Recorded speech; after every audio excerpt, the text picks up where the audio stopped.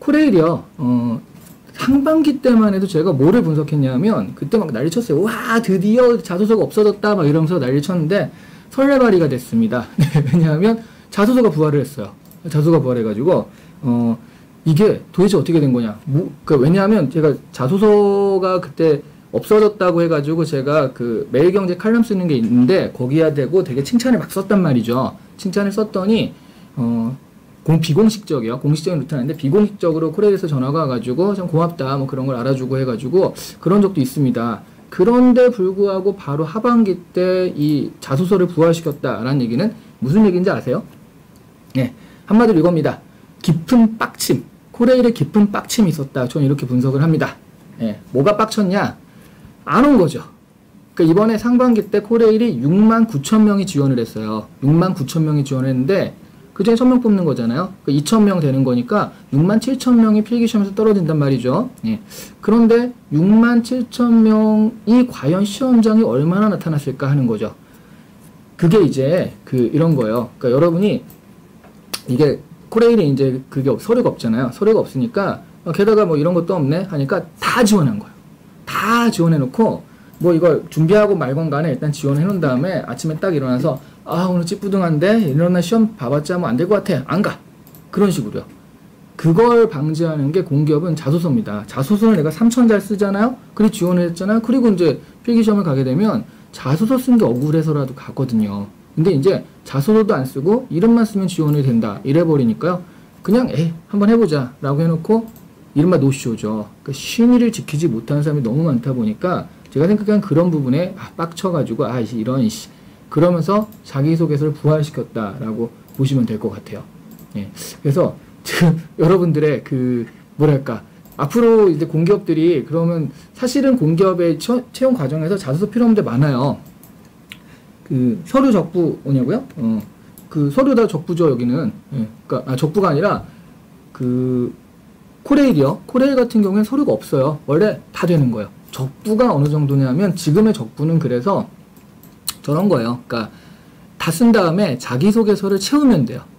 여기서도 이번에 공고에 뭐라고 나와있냐면 이제 자소서를 허접하게 쓰면 안 된다. 근데 허접한 기준이 뭐냐면 3줄을 안 쓰네. 말하자면 저번에 분명히 한 줄 쓰고 2줄 쓰고 그런 애들도 있었다는 거죠. 걔네들도 다 시험 보러 갈 수 있으니까. 저번에 자소서가 없었구나 아예. 그러니까 어쨌든 너무 대충 수가 안 오니까 그렇게 돼버린 것 같아요. 그래서 앞으로도 아마 공기업들은 왜냐하면 이 과정에서 들어가면 서류 다 와. 그래가지고 다 시험 봐. 이런 데 되게 많이 늘어났잖아요. 그래서 여러분이 지금 공기업 준비하면 NCS 준비한다라고 생각을 하시는데 근데 이제 그런 부분에서는 지금 앞으로 그렇게 확산될 것 같지는 않아요. 이런 노쇼들이 많다 보니까 이거 좀 잡기 위해서라도 자소서는 보증금 같은 거예요. 그래서 보증금 같은 걸 낸다라는 식으로 좀 생각을 하실 텐데 그래서 제가 말씀드릴 건 이겁니다. 이번 코레일 자소서는요. 그래서 열심히 쓰실 필요는 없을 것 같아요. 그냥 칸을 채우시면 됩니다.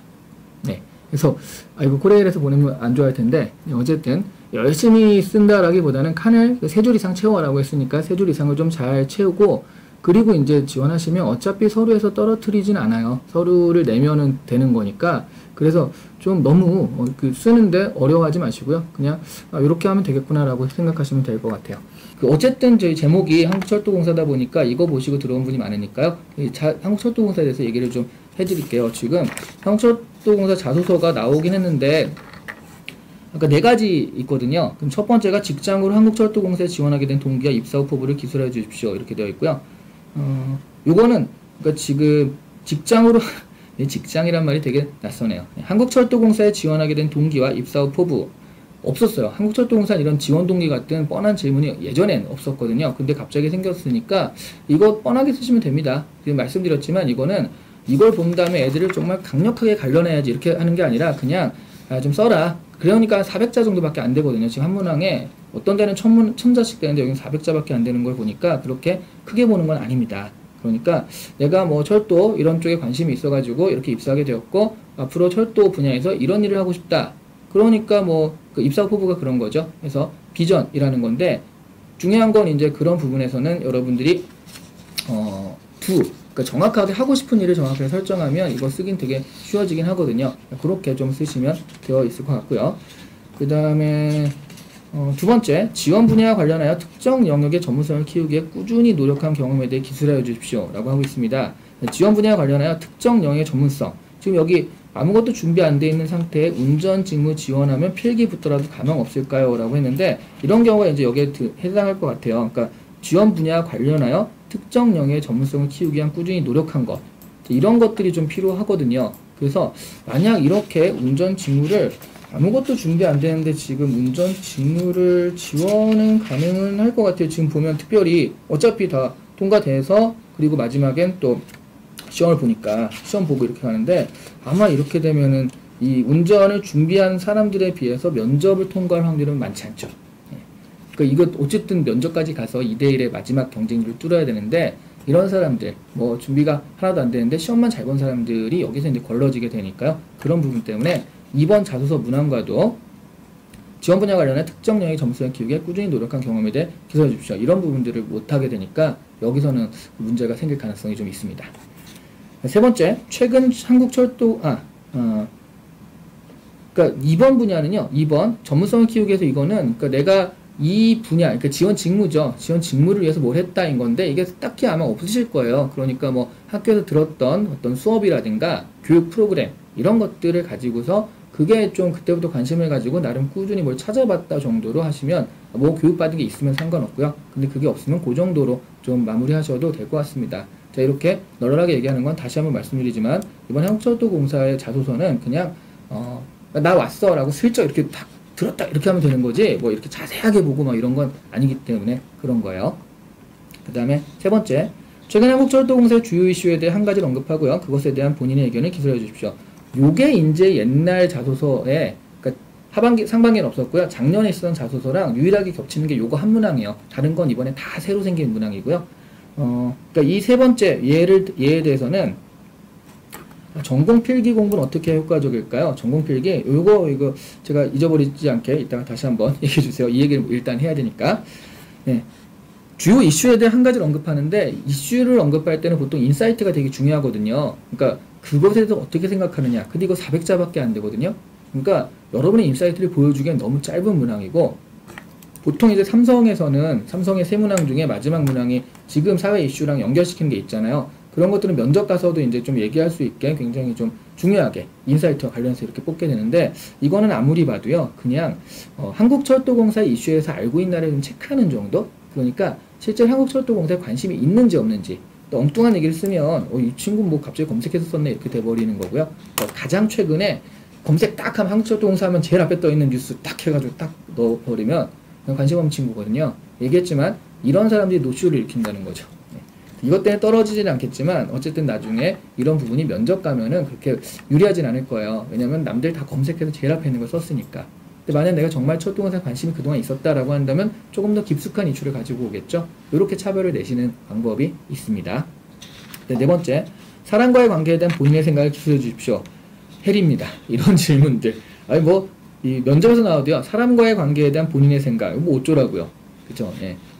사람과의 관계에 대한 본인의 생각을 기술해 달라는 건데 이런 공기업 쪽은요. 특히 이제 철도가 되면 이렇게 혼자 사는 것도 있지만 아무래도 이제 수송객과 만나고 그렇게 해서 접객할 여지가 있을 수가 있거든요. 가령 여기서 이렇게 했을 때 직무적으로 그러니까 사무영업 이런 걸 해도요, 실제로 이제 영무원이 돼가지고 접객 사람들과 같이 이렇게 되는 가능성이 많거든요. 자, 그러다 보면 사람과의 관계에 대한 본인의 생각이나 이런 거에 대해서는 좀 공기업의 이런 인재를 보면 둥글둥글한 애가 많이 뽑혀요. 특히 이제 건보라든가 근로복지공단처럼 접객이 굉장히 중요한 그런 데들은 마지막 면접이 거의 그런 둥글둥글한 친구를 찾는 면접 같은 느낌이 굉장히 많이 들거든요. 자, 그래서 사람과의 관계에 대한 본인의 생각에서는 그런 부분들이 있죠. 그래서 좀 양보하고 배려하고 좀 둥글둥글한 게 좋다라고 생각하는 그런 느낌으로 좀 쓰시면 그래도 찾는 인재상과 좀 부합하지 않을까. 이거를 이제 따지고 정확해야 되고 막 이렇게 하면 약간 이 친구는 고객과 이렇게 마찰을 일으킬 수도 있겠구나라는 느낌이 드는 것을 좀 경계해야 되거든요. 그런 식으로 좀 사람과의 관계에 대한 생각을 해주시면 좋지 않을까. 자, 면접에 가면 자소서를 보지 않나요? 혹시 본다면 잘 써놔야 되는 거 아닌가요? 라고 하시는데요. 면접 가면 2대1입니다. 2대1이에요. 그러니까 지금 굉장히 그러니까 이런 거죠. 지금 여러분이 이걸 잘 쓰기 위해서 며칠을 투자할 것이냐, 일주일 내내 이것을 퇴고하고 다시 보고 퇴고하고 다시 하고 할 것이냐, 그냥 하루 만에 쓸 것이냐의 문제에서는 과연 내가 5일, 일주일을 투자해가지고 한 만큼의 효과가 면접에서 날 것이냐라고 할 때는 좀 그렇게 보진 않고요.